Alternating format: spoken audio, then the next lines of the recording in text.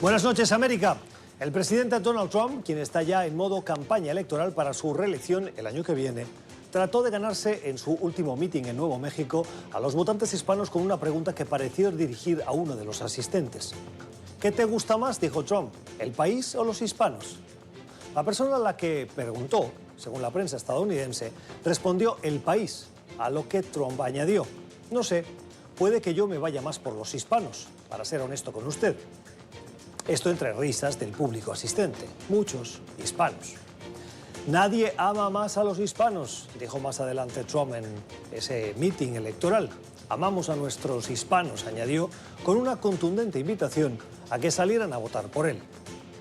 Según el Centro de Investigaciones Pew, en una encuesta del pasado mes, la desaprobación de Trump entre los hispanos fue del 79%, aunque el mandatario sabe que en estados donde el resultado está muy ajustado, con solo cambiar un puñado de votos puede ganarlo. Por ello, ese voto hispano, pequeño, pero importante por esa diferencia, la va a buscar en estados como Nuevo México, New Hampshire, Nevada y Minnesota, donde la victoria puede ser por la mínima. Lo preocupante del caso no es la estrategia, es el trasfondo que revela Trump con su pregunta. ¿O el país o los hispanos? ¿Es que el país no lo componen los hispanos? ¿Es que no se puede amar al país siendo hispano? La pregunta presenta una dicotomía que revela el verdadero pensamiento de Trump. Estados Unidos es de los blancos, de cultura anglosajona y protestante. Y todo lo demás, bueno, pues ahí veremos preguntando a sus votantes si los aceptamos o no. Qué peligroso ese camino. Son las 8 en Bogotá, Lima, Quito, las 9 en la costa este de Estados Unidos y las 10 en Buenos Aires y Santiago. Y esto es cuestión de poder. Bienvenidos.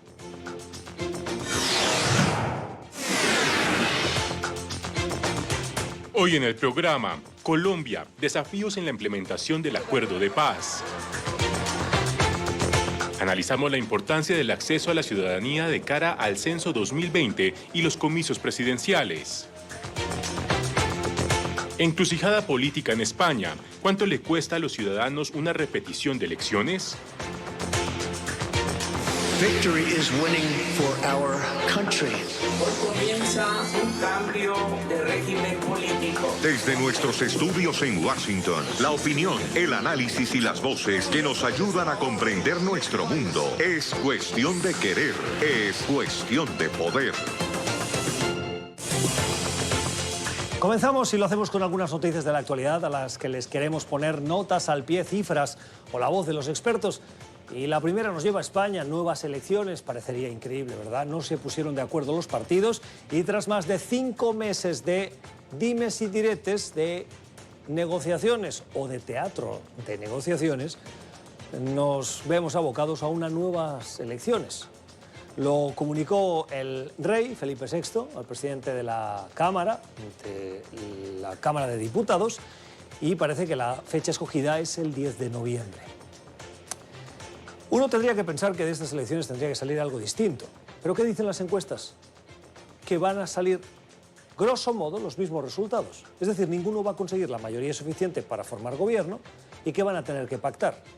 Y mientras, los ciudadanos pierden la fe en la política y ven cómo los recursos públicos pagan elecciones a la espera de que algo cambie. Así es la pluralidad en España hoy.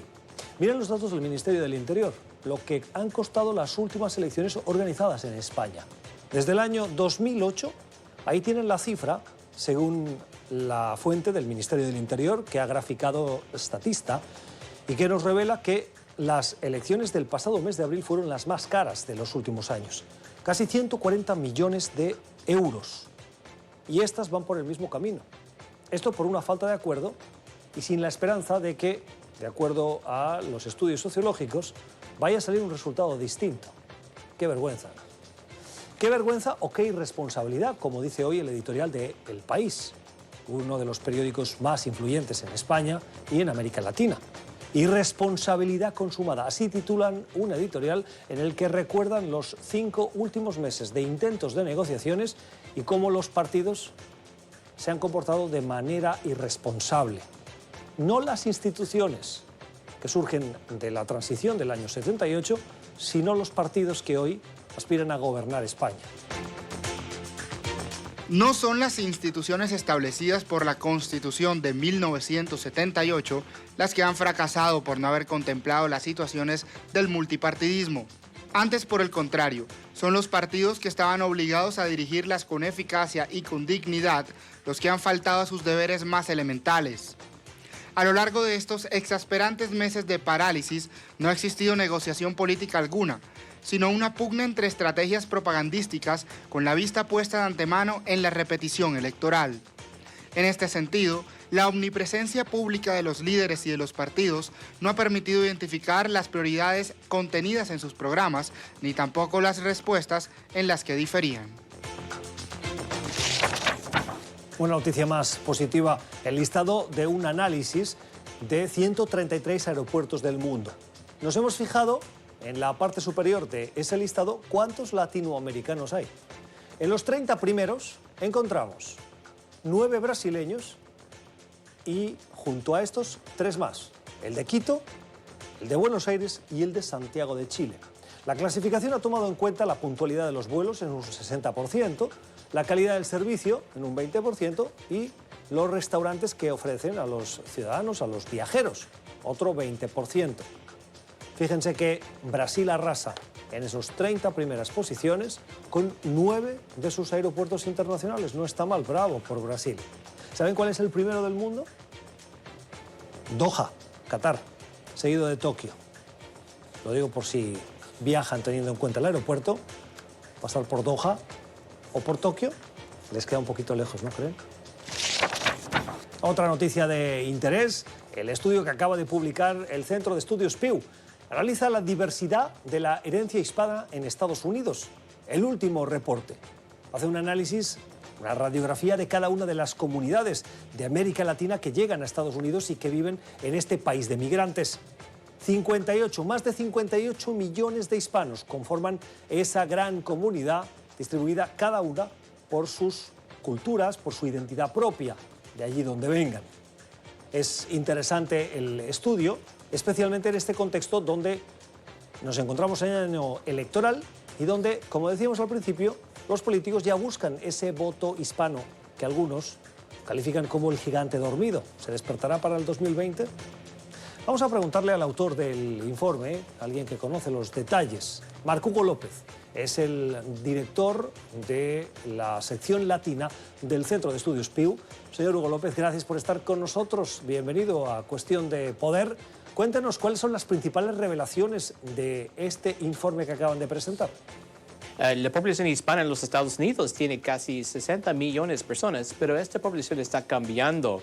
Hay más diversidad, hay más personas de países como Guatemala, la República Dominicana y también de Venezuela, pero está cambiando porque estos grupos están creciendo más rápidamente en comparación con la población mexicana en los Estados Unidos, por ejemplo. ¿Qué cambios ha sufrido la comunidad latina en Estados Unidos? Sí, pues tenemos un crecimiento en el número de inmigrantes que son latinos y que están viviendo en los Estados Unidos, pero la tasa de crecimiento es menor en comparación con el pasado, particularmente porque tenemos una disminución en el flujo de nuevos inmigrantes de México que está llegando a los Estados Unidos. Esta es una tendencia de casi una década, pero tenemos menos inmigrantes de México que están viviendo aquí, pero tenemos un crecimiento en el número de inmigrantes de países como Guatemala, El Salvador, Honduras, Venezuela y también de Cuba. El informe da diversos datos que nos parecen relevantes. Hay uno que nos llamó la atención. Dicen ustedes que el 78% de los latinos han vivido en Estados Unidos por más de 10 años. ¿Cuántos de estos son ciudadanos y cuántos votan? Entre la población hispana, casi 80% son ciudadanos de los Estados Unidos. Y entonces en 2020 es posible que vamos a tener 32 millones de latinos que pueden votar, que son votantes elegibles en la próxima elección. Este es un récord y también es un número de votantes elegibles que es más grande en comparación con el número de afroamericanos que pueden votar en los Estados Unidos. Es Marc Hugo López, es el director de Tendencias Hispanas del Centro de Estudios Pew. Gracias por estar con nosotros. Feliz noche. Sí, muchas gracias por la oportunidad. Nuestra lectura recomendada hoy va para un medio de comunicación que cierra un proyecto que nos parecía importante en el mundo de lectura en español. El New York Times cierra su iniciativa de New York Times en español. Hoy sacaron su último boletín y en ese boletín recogían una serie de artículos que les parecían a los redactores los más relevantes del trabajo que han hecho desde su creación, desde la fundación de esa división del rotativo de Nueva York. Nos ha llamado la atención uno y lo queremos traer a colación porque nos parece relevante sobre la problemática de Venezuela y también de Cuba y cómo esas dos revoluciones, llamadas o mal llamadas, si me permiten, revoluciones, están unidas y cuyo futuro también va unido, el del fracaso. El artículo lo firma Patricio Fernández, es escritor, es un escritor chileno y es fundador y director de la revista The Clinic, autor de su más reciente libro, Cuba, viaje al fin de la revolución. La tesis del autor es que la revolución cubana buscó apoyo financiero y un poco de oxígeno en la mal llamada revolución bolivariana. Y la bolivariana buscó en la cubana un cierto prestigio que no tenía. Y como el futuro de ambos, de las dos mal llamadas revoluciones, está indisolublemente unido al fracaso y también a la reflexión. Chávez llegó a la presidencia por la vía democrática tras ganar las elecciones de 1998. El día de su asunción estaba Fidel Castro acompañándolo y aparentemente sellando una alianza estratégica. En lo sucesivo, Chávez le ofrecería a Fidel un sostén económico, petróleo, y Fidel a Chávez apoyo moral, estratégico e ideológico. No cuesta imaginar que Nicolás Maduro, sucesor de Chávez y quien desde joven tuvo relación con Cuba, es hoy el heredero de esa alianza. La revolución cubana encontró en Venezuela el oxígeno necesario para alargar su agonía, mientras que la revolución bolivariana buscó en Cuba el pedigrí que le faltaba a su origen extemporáneo. Pero aunque el destino de ambas revoluciones parece indisolublemente unido desde entonces, están muy lejos de ser una misma cosa. El autor concluye, tras un largo artículo, que hoy la izquierda latinoamericana tiene que hacer autocrítica y reflexionar. Reflexionar para no permitir que la causa de la izquierda, dice, la causa humanista, tolerante e ilustrada, esté en manos de esas revoluciones fracasadas. Recuperar esa causa para alejarla de ese fracaso y volverla a ofrecer a la sociedad para que el individuo deje de ser consumista y sea visto como tal, como una persona. Es un artículo, el que hoy nos fijamos, que nos parece que a pesar de haber sido publicado ya hace unos meses, vale la pena releer. Y terminamos con nuestra noticia en positivo, la que nos ofrece una familia de la ciudad de Alexandria, en Virginia, muy cerquita de aquí, de la capital. Tienen un hijo, este matrimonio, que se llama Whitaker Weinberger. Desde los 13 meses sufre cáncer y acaba de cumplir 4 años. Ha superado el cáncer con éxito y sus padres, para celebrarlo, decidieron organizar por primera vez para que el chaval tuviera una fiesta de cumpleaños con gente. ¿Qué hicieron? ¿Cuál es su personaje favorito del mundo de la ficción?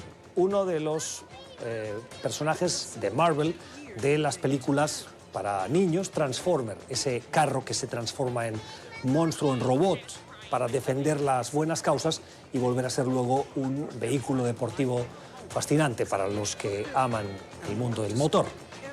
Hicieron un llamado por internet a todas las personas que quisieran y se apuntaron y llegaron desde Nueva York, desde el sur del estado, desde el Distrito de Columbia, todos para que el día del cumpleaños de Whitaker, al abrir la puerta de su casa, encontrase no solo el color amarillo, sino cientos de personas que le acompañaron desde su casa hasta la escuela, con sirenas y con una sonrisa de felicidad de un niño que por primera vez tenía su fiesta de cumpleaños muy bien acompañado. Bravo por esa generosidad. Ya regresamos. Tiempo para el análisis en Cuestión de Poder, hoy para fijarnos en la realidad colombiana, un país que está marcado por el proceso de paz. Los analistas ven ese proceso de paz y esos acuerdos firmados en el 2016 como algo que ha dividido profundamente a la sociedad colombiana, que hoy vive otro tipo de violencia. Una violencia que también preocupa en Washington. Si bien se firmaron los acuerdos de paz con gran parte de lo que se conoce como la guerrilla de las FARC, hoy en su mayoría desmovilizada, hay una disidencia que ha anunciado que va a volver a las armas, pero en su mayoría acogida a ese proceso de paz, desde Washington se ve con preocupación la implementación de ese proceso de paz. No solo porque las FARC no son el único grupo disidente o guerrillero, también hay otros, como el Ejército de Liberación Nacional, que no ha entrado en ningún proceso de paz. Se intentó, pero no fue por buen camino. En cualquier caso, ese proceso de paz, que sí ha afectado a gran parte de los que se acogieron de esa gran guerrilla de las FARC, hoy, como decimos, en su mayoría desmovilizada o en proceso de desmovilización, desde Washington lo ven con preocupación y se ha llevado a cabo en la capital estadounidense un interesante debate de análisis sobre esa realidad, con el sugerente título de Protección de la paz, avances y desafíos para la plena implementación de los acuerdos de paz de Colombia. Ha sido bajo el auspicio de WOLA, de la Oficina de Washington para Asuntos de América Latina. Ha participado diversas voces, dos de las cuales nos acompañan esta noche.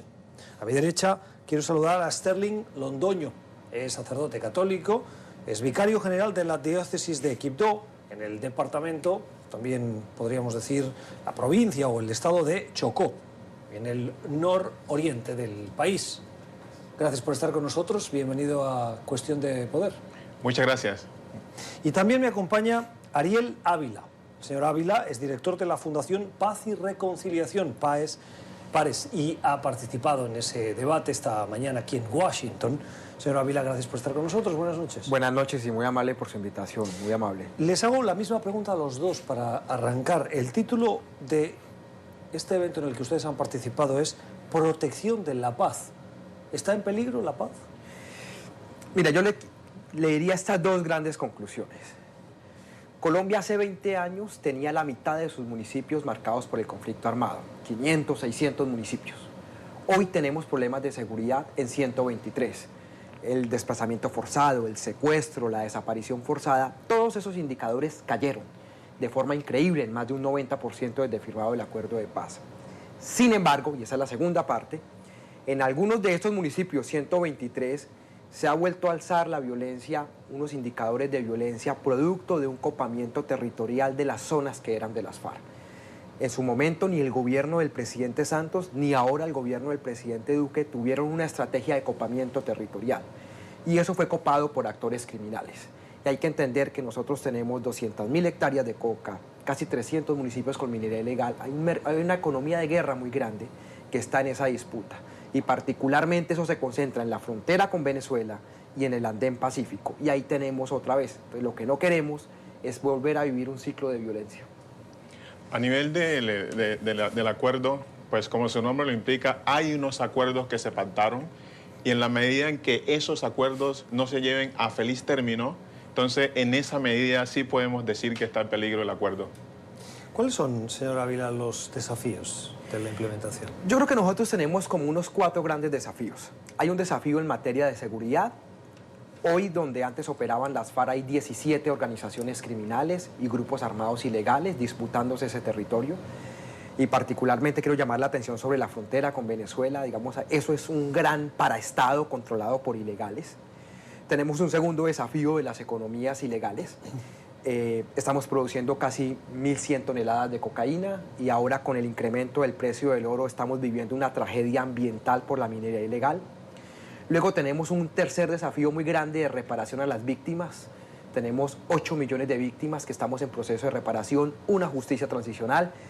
Y el desafío de fondo, diría yo, que es como la base de esa pirámide, se llama el proceso de reconciliación. Para mí, esos son los 4 grandes desafíos. Inmediatos, los 2 primeros, seguridad y economías ilegales. ¿Y la reconciliación? Porque es muy difícil avanzar en un proceso de paz si no hay reconciliación entre las partes. ¿Esa reconciliación existe? Es un proceso que viene andando. Colombia tiene una polarización... O sea, no se ha completado. no se ha completado. Y vamos a tardar. Venimos de un proceso de polarización política el año pasado en elecciones presidenciales. Estamos a 40 días de elecciones locales, entonces la polarización está a flor de piel. Pero sobre todo estamos en medio del proceso de justicia transicional. Y todas las víctimas están pidiendo verdad, están pidiendo que les pidan perdón, están pidiendo restauración. Y muchos de los victimarios, tanto la guerrilla, los paras, políticos, agentes del Estado, están en ese debate de qué tanta verdad decir y qué tanta no. Hasta que no se produzca esa catarsis en la justicia transicional de vernos al espejo, no va a haber reconciliación.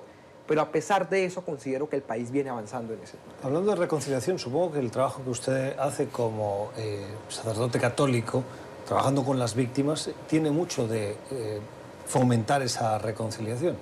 De fomentarla con mucha flexibilidad, en la medida en que cada víctima es un mundo, es una historia, es una verdad. Entonces, a partir de allí no se puede estandarizar la reconciliación, pero sí hace parte del trabajo en el día a día de la Iglesia. ¿Qué tipo de trabajo, un segundito, qué tipo de trabajo tiene que hacer usted con las personas para conseguir que ese proceso de reconciliación avance?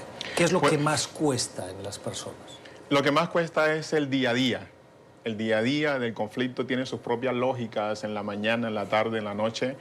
Cuesta el dolor de cada persona y sobre todo la asimilación de ese dolor. Entonces, a partir de allí, en la medida que haya un reconocimiento global de lo que es la víctima como sujeto, en esa medida es la persona la que toma la decisión si camina por la reconciliación o no camina. Son decisiones muy personales. Cuando hablamos de caminar por la reconciliación, ¿quiere decir caminar hacia el perdón al otro? El perdón es una meta más lejana, pero también obviamente van por la misma ruta.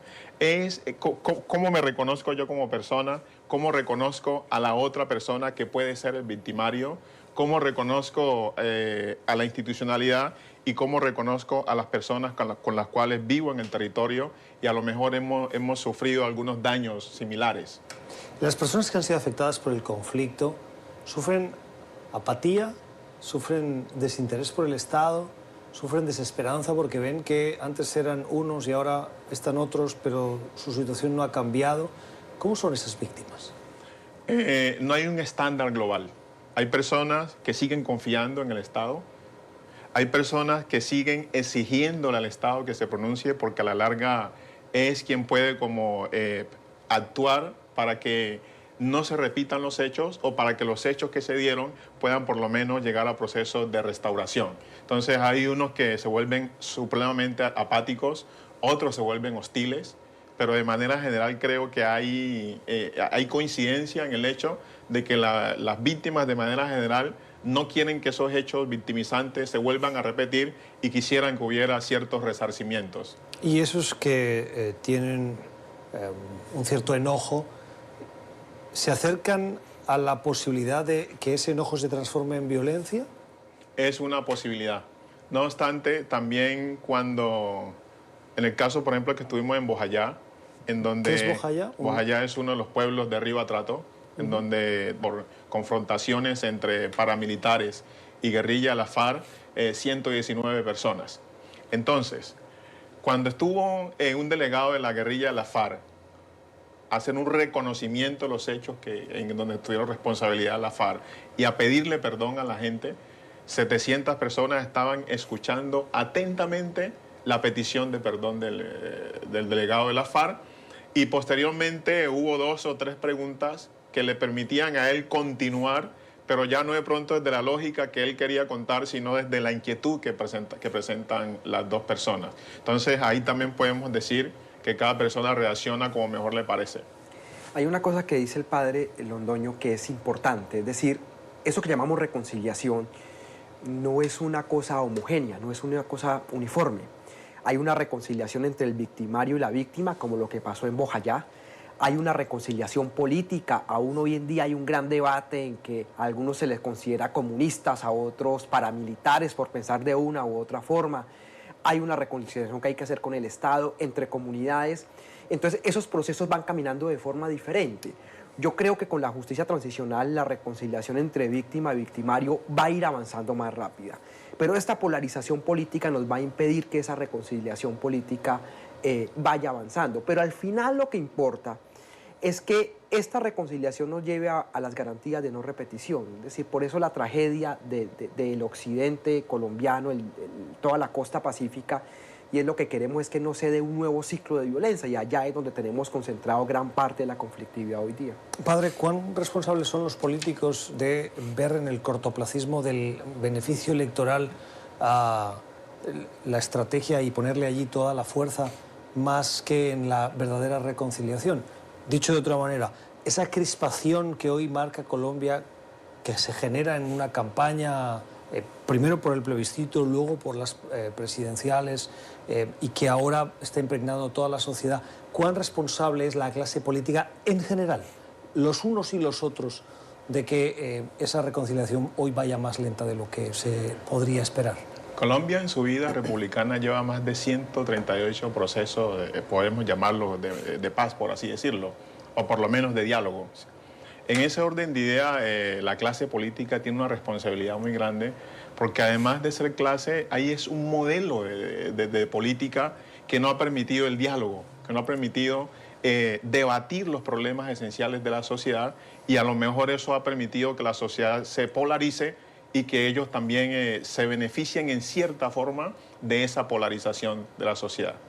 Antes de ir a la pausa, un comentario que me llegó recientemente y que se lo preguntó Ariel, el hecho de que la clase política muchas veces sea más bien bogotana y no en España diríamos de provincias, ¿no? En su caso dirían de departamentos. O regional la llamamos. O regional, hace que se vea al bogotano como el que dicta cátedra y desconoce en cierta manera la realidad, que es más difícil, y eso crea una cierta distancia entre el de la capital y el del resto del territorio. Nosotros tenemos un modelo de Estado centralista que básicamente tiene la siguiente percepción: las regiones consideran al bogotano un hombre que no viaja, que no conoce la región y que solo sabe de números.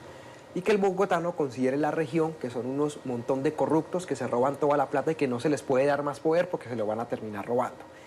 Y eso ha llevado a un desarrollo diferencial del Estado. Hoy el departamento del Chocó, de donde es el padre Londoño, es el departamento, uno de los departamentos más pobres. La capital a duras penas, si tiene un pedazo apenas tiene acueducto, sufre mucho, y el gran problema es que Colombia no ha encontrado un modelo para desarrollar Estado en esas regiones. Hemos intentado varias cosas y no nos han fallado. Incluso con este proceso de paz se creó una cosa que llamaban los planes de desarrollo con enfoque territorial, que la idea era poder construir Estado. Y muchos de ellos van muy mal. Entonces tenemos una complicación regional de cómo construir Estado. Vamos a la pausa. Seguimos en Cuestión de Poder analizando el conflicto en Colombia y la implementación del acuerdo de paz. Lo hacemos con dos personas que hoy han participado en Washington en un evento sobre ese proceso de paz. Nos acompaña el director de la Fundación Paz y Reconciliación, Ariel Ávila, y el padre, el Sterling Londoño, que es vicario general de la diócesis católica de Quibdó, al nororiente del país. Antes de irnos a la pausa, usted comentaba, señor Ávila, sobre esa parte de la guerrilla de las FARC que hoy, en cabeza de quienes son conocidos como Jesús Santrich, Iván Márquez o incluso con el seudónimo del Paisa, han decidido alejarse de ese proceso y de sus compromisos, y algunos de ellos incluso firmantes de ese acuerdo de paz, y volver a las armas. De momento, solo en un anuncio, pero el Estado está alerta porque podría haber de nuevo violencia. ¿Cuán preocupante es desde la perspectiva que usted maneja, esta decisión? Le voy a dar estos datos para hacer la conclusión. Al final del proceso de paz en 2016, las FARC operaban en casi 300 municipios. Hoy esas disidencias, que no es una, son 23 grupos, operan en 85 municipios. Las FARC desmovilizaron 13.000 personas. Hoy esas disidencias son más o menos 1.800 personas. Entonces, ese grupo de disidentes son, en el mejor de los casos, el 15% de lo que en su momento llegó a tener las FARC. Es un problema controlable. ¿Cuál es la dificultad? ¿Controlable? Controlable. Es un tema controlable. Es decir, la dificultad es que nosotros teníamos unas disidencias que nacieron hace 3 años, no nacieron con el anuncio de Iván Márquez, pero el anuncio de Iván Márquez es que esas disidencias armadas, algunas, se pueden unir con unos nuevos mandos y llevarnos a un camino de crear una nueva guerrilla. Entonces, es un anuncio delicado, pero ni es el fin del proceso de paz. El 90% de los exguerrilleros están en la reincorporación y depende en gran parte de la política de seguridad si eso se transforma en una nueva guerrilla o si eso va a grupos de bandolerización. Es más o menos el diagnóstico que hay. Uno de los principales retos que ha tenido este proceso de paz es ofrecer un camino para la reinserción en la sociedad de aquellos que gran parte de su vida, si no toda, a pesar de los años que tengan, la han pasado en el monte. Ahí la Iglesia, ¿cómo acompaña para que alguien que su trabajo ha sido empuñar un arma, ahora se dediquen a otra cosa? ¿Tienen ilusión, perspectiva de futuro los que han dado ese paso? Bueno, en primera medida, la percepción es que es un proceso muy valioso y que se valora sobremanera la decisión de los que están en proceso de reincorporación de dar el paso.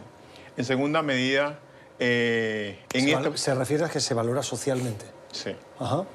En ese sentido también hay distintas iglesias católicas y no católicas que han contribuido con procesos de formación, con procesos de acompañamiento, con procesos de ánimo y que hoy estoy seguro que la Iglesia de manera general clama para que se le respete la vida a los que están en proceso de reincorporación y que realmente se garanticen todas las condiciones para que se pueda dar la reconciliación económica, social y política. Claro, pero gran parte del éxito es que una persona que antes estaba en el monte con un arma, ahora tenga la posibilidad de tener un proyecto de vida, un proyecto laboral en una sociedad que en muchos casos no ha conocido hasta que se ha reincorporado.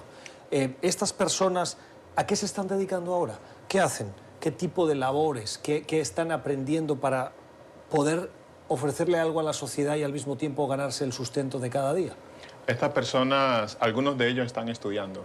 Hay unos que están haciendo la primaria, otros la secundaria, otros haciendo estudios técnicos, otros están en procesos productivos en el campo, en procesos de manufactura.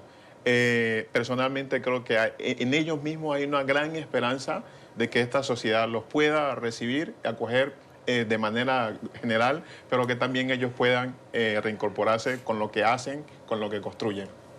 La pregunta es, ¿esto que armó Iván Márquez y Santrich, qué futuro tiene? La respuesta básica es, depende del proceso de reincorporación. Y yo creo que aquí el gobierno del presidente Iván Duque está muy lento y se ha demorado. Le doy solo estos 2 datos. Hoy hay proyectos productivos para 1.300 exguerrilleros, de 13.000 que se desmovilizaron. Eso va muy lentamente. Muchos de ellos dicen no tenemos ni en dónde cultivar proyectos productivos, piñas o cualquier otro producto, y el Estado no nos ha dado la tierra. Lo que nosotros le hemos dicho al presidente Iván Duque es, usted quiere que eso que creó Iván Márquez no se crezca, pues tienes que hacer la política de reincorporación. Entonces, ¿y qué significa eso? Producción socioeconómica. Y luego tenemos otro problema, y es lo que dice el padre Londoño, y es que a muchos exguerrilleros los están matando, van 139 homicidios de exguerrilleros. Entonces, un poco la pregunta, casi 3 por mes. Entonces, un poco la pregunta es, ¿cuál es la estrategia para que no lo sigan matando? Porque en la medida que lo sigan matando, la gente va a sentir miedo. ¿Quién está detrás de esas muertes? Incluso las propias disidencias de las FARC. Hay muchos actores disparando, por eso no es fácil encontrar una estrategia. Una disidencia le ofrece una plata para que la otra persona reincida, si no reincide lo pueden ir a asesinar, o la guerrilla del ELN o grupos de disidentes del paramilitarismo. Entonces no es fácil, el gobierno lo que dice es, no es fácil hacer esta protección. Pero esos son los 2 retos, proyectos productivos y seguridad física. Padre. Totalmente de acuerdo. Y pues que realmente la garantía y confianza vienen desde la política que permita esta reincorporación, que sea sostenible en el tiempo y en el espacio. Finalmente, de manera muy breve, porque no tengo más tiempo, ¿qué rol está jugando aquí Venezuela o la ausencia de Estado en Venezuela? Para mal o para bien, lo que pase en Venezuela va a impactar Colombia. Hoy, Venezuela, la frontera con Venezuela es una frontera controlada por el crimen. La guerrilla, el ELN, en Colombia es una guerrilla, pero en Venezuela parece un grupo paramilitar. Igual pasa con las disidencias, igual pasa con el Clan del Golfo.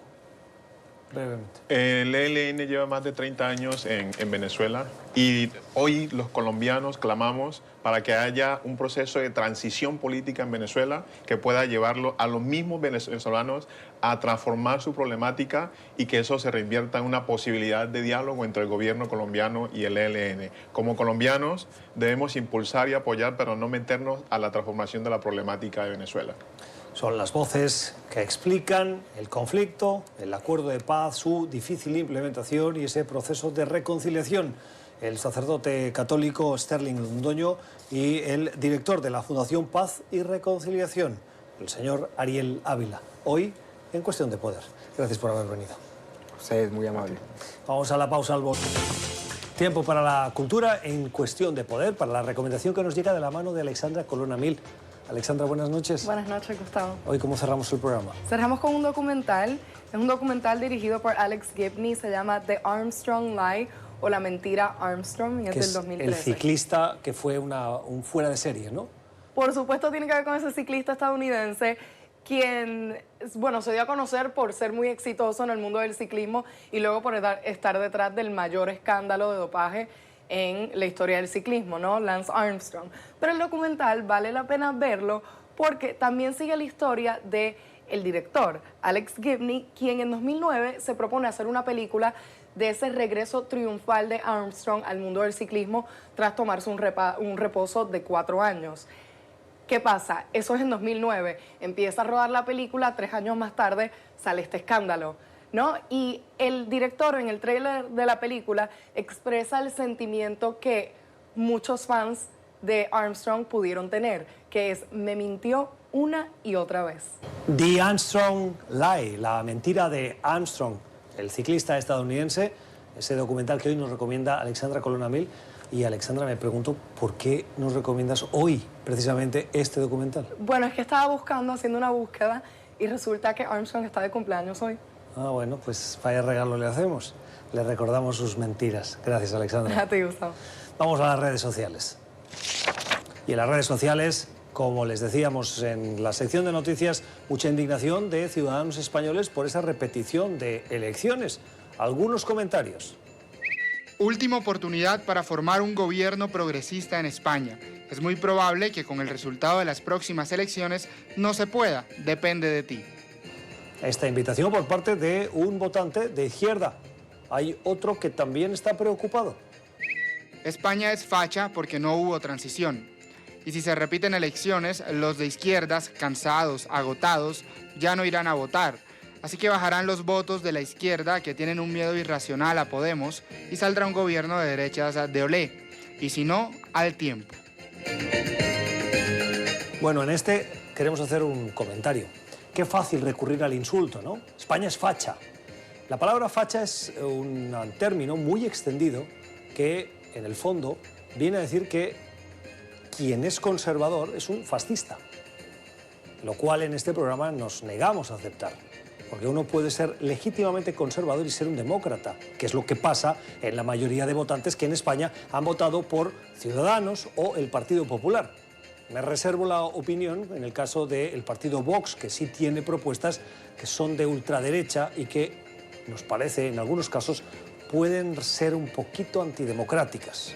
Pero en cualquier caso, miren qué generosa es la democracia, que hasta les dejan participar. Pero eso no quiere decir que quien vota a la derecha sea un facha. Más mensajes. A los que creen en Uribe, en Petro, en Santos, en La Paz, esa división, esa mal llamada polarización, es la que está matando gente. ¿Cuándo vamos todos a creer en Colombia? En nosotros mismos, en el vecino, en el compañero de trabajo, en todos.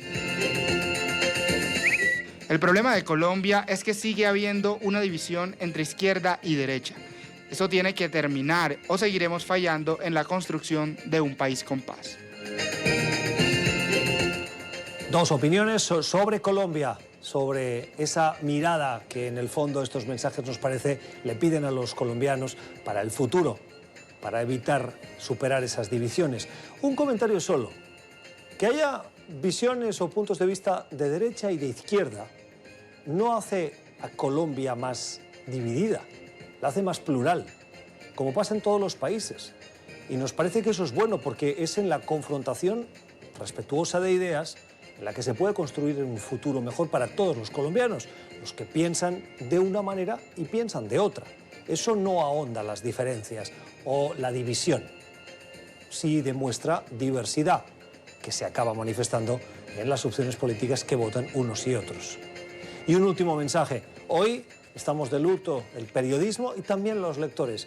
El New York Times ha decidido terminar su apuesta por el New York Times en español y uno de sus periodistas escribía este mensaje, del cual nos hacemos eco también para solidarizarnos con esa plantilla que va a quedar al amparo de nuevas oportunidades profesionales, pero también por el cierre de un rinconcito en Internet que se había convertido también en una ventana diferente de ver las cosas en América Latina. He recibido muchos mensajes de apoyo y de respeto tras el cierre del The New York Times en español. Estos gestos me han conmovido. Quien tiene amigos no hace cola, dice mi viejo, y los míos son legión. Salud. Sinara Alvarado, también nos sumamos a través de la pequeña pantalla en ese homenaje, ese recuerdo y también con la satisfacción, siéntanla, se la merecen, de un trabajo bien hecho. Así terminamos nosotros, gracias por la generosidad de su tiempo, esperamos que hayan aprendido como lo hemos hecho de nuestros invitados. Que tengan una feliz noche, regresamos mañana a la misma hora.